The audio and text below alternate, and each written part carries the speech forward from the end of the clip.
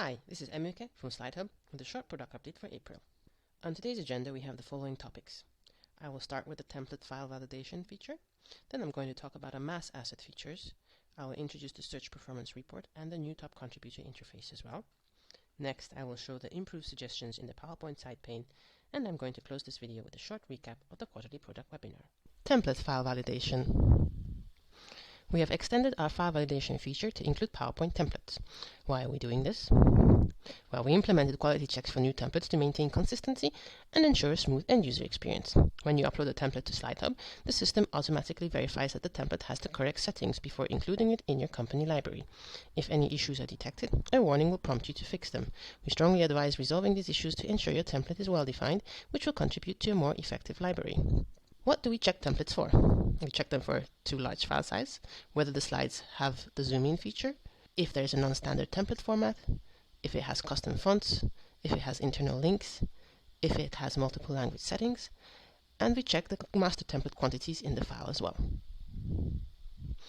Let me show you how the feature works. I'm going to manage assets, click on templates here, and then click on create new. I'm now going to upload the file. Let's start with this file here, testing for the hard stop. The template file exceeds the size limit for processing. Please decrease the size to under 20 megabytes, preferably to less than 10 megabytes for a smoother template experience. So this is the first warning that you get if the file size is much larger than it should be. And it asked me to upload a different file, so let's try testing for hard stop without the slide included. As you can see, the system will check if there is even a slide in the template to make sure that you always upload a file that has content in it. Alright, let's try the three masters with the zoom-in issue. After validating the file, we get quite a few comments. So the first one is that the file size is bigger than 10 megabytes, so we should consider reducing it to be smaller. Here you can see all the mistakes that are in the file. Then it says that the template uses the zoom-in feature, which is not supported in SlideHub, and asks us to drop the slide. And you can't go any further. Okay, our final test is the three masters without the zoom-in feature. Now you can see that the file size is still quite large, so we should reduce it. We can decide to ignore the warning or just drop the file. The validation process has found multiple master slides, so if this is on purpose, you can keep it. If not, then you might consider changing the master template. A non-standard template format has been detected, which means it doesn't match the standard FORB3 or 16:9 format. Let's just ignore and go on to the next error message. And then it says that there are custom fonts that might cause issues. We can send the font to SlideHub or just skip it. It is mentioned that the file contains multiple language settings. We can replace this, or we can ignore and just move forward. The master slides contains internal links. This is a warning that we give to make sure that if you upload a file to SlideHub and you change something afterwards, these internal links will be broken. So this is why we advise to remove the links instead. Mass asset features. Mass delete assets in select libraries. What is the mass delete asset feature? Enabling the ability to mass delete all assets in a given library can be a valuable feature for users who need to clean up their libraries or start fresh with new content. Why is this useful? It allows users to quickly and efficiently remove multiple assets from the library in one action, saving time and effort compared to deleting each asset individually. Deleting unnecessary asset helps free up storage space, removing clutter, and streamlines asset management processes. The mass delete functionality provides a convenient way to enforce compliance and maintain data security if users need to comply quickly with regulations or company policies. Let me show you how it works. So you need to go to the Manage Assets. Then click on Settings here, and then click on Other. Here is the Delete All Selected Assets, and here you can select the assets. So, first you will need to select what kind of asset types you want to delete, slides or icons, all of them or just one. Then you can decide to delete the labels as well, or not, and then you would need to select the library to delete the asset from. And once you're ready with all this, just click on delete, and then the assets will be gone. Mass asset tagging via Excel upload. What is the bulk auto tagging feature? The bulk auto-tagging feature is a feature you can use when you need to create and map a large number of tags with the items you have uploaded to the library, regardless of the asset type except for text snippets, for example when you have 100 icons with 300 tags, etc. The bulk auto-tagging feature allows you to create tags and map them out without doing it manually. It is especially useful when you have a lot of content to add and organize in your company library. Why is it useful? It is time-saving, because manually tagging items can be time-consuming, especially in large databases or content libraries. Consistency is important. Auto-tagging ensures consistency in tagging across the system, and it provides enhanced search and retrieval. Properly tagged content is easier to search and retrieve. Overall, the built-in auto-tagging feature streamlines the tagging process, improves tagging consistency and accuracy, and enhances the overall usability and effectiveness of your company library. Allow me to demonstrate how it works. I have already uploaded a couple of assets that I'm going to auto-tag. So first we go to Manage Assets. And then I'm going to click on Tags.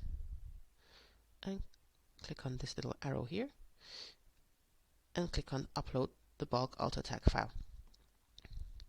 If you don't know how to do it, this article will tell you what you need to do to be able to auto-tag a large amount of company assets at the same time. Okay, let's click on Continue. And I'm going to upload the file.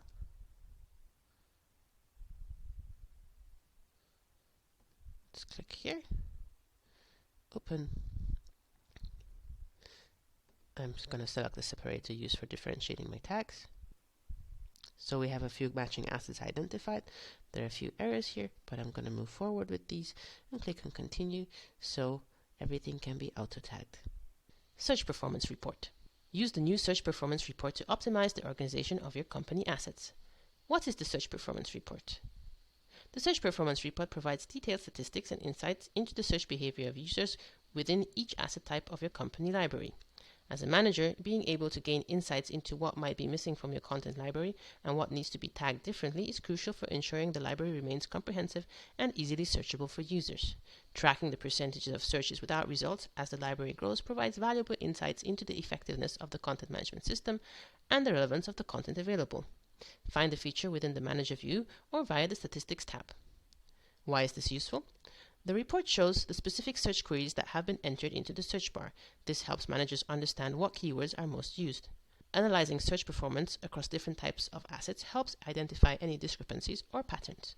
Managers can identify content that may be missing or inadequately tagged in the content library by analyzing search queries that yielded no results. By examining search queries, managers can gain insights into how assets are found and learn if adjustments are needed. Over time, managers can track the performance of the search function and observe trends in search behavior. Let's take a look at the Search Performance Report. So let's go to Manage Assets. I will now click on the Statistics tab here and go to the Search Performance Report. Here you can decide which asset library you want to look at. And then you can check which asset type you want to check. Slides, icons, images, documents, sheets, or text snippets. Let's stay with slides. So you will get a summary of the last 90 days, how many total searches were in the library, what the average search result per search was, and how many searches gave no result. If I click here, you can look at the searches without results. So pricing, Germany, 7 bullets, category, Sweden, ROI, solve map. So these are search terms that we might consider making content for. And here I can see which search terms were used the most frequently, how many results they gave, how many users look for it, and what the percentage was in all of our searches. We hope you will find this feature useful. New Top Contributor Interface. With the new Top Contributor Interface, we have introduced new leaderboards and impact tracking. Why are we doing this? Well, by showcasing 3 leaderboards, we made it easy to recognize contributors for their efforts to enhance motivation and engagement. By giving transparency about the contributors, reviews, and slides, users can gain valuable insights into the impact and relevance of different contributions. By highlighting the most used slides, you can gain and share insights about the most preferred slides to help curate and improve the company library. What has changed? The recently released updated take on the top contributor section, instead of simply showing a table, now shows 3 leaderboards and an overview of the most used slides ever contributed to the library. Overall, the updated top contributor section serves to enhance user engagement, promote community participation, and provide valuable insights for both contributors and users of the library. let's take a look at the new interface.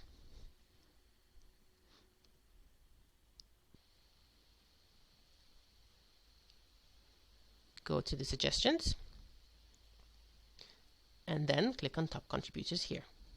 So here are the three new leaderboards. There's the number of slides suggested, the number of suggested slides approved, and the number of approved slides used. We also have the most used suggested slides shown at the bottom of the screen. Improve suggestions in the PowerPoint side pane. You can now configure even more settings for your suggestions directly in the PowerPoint side pane. To make the suggestions process even more efficient, you can now add information about your slides directly in the SlideHub side pane in PowerPoint. Comment, categorize, and select the reviewer for your suggestions easily. Let me show you how it works. So, all you need to do is to go to Suggest or Add Slides, and then suggest it to your company. Click on Submit. I'm going to upload this specific slide right now. You can see it uploading on the right. And now I can select who is going to be the responsible person to review my slide. I'm going to select myself. I can add it to specific categories, and I can also leave a comment. And once I'm ready, I'm just going to click enter, and the suggestion will be uploaded.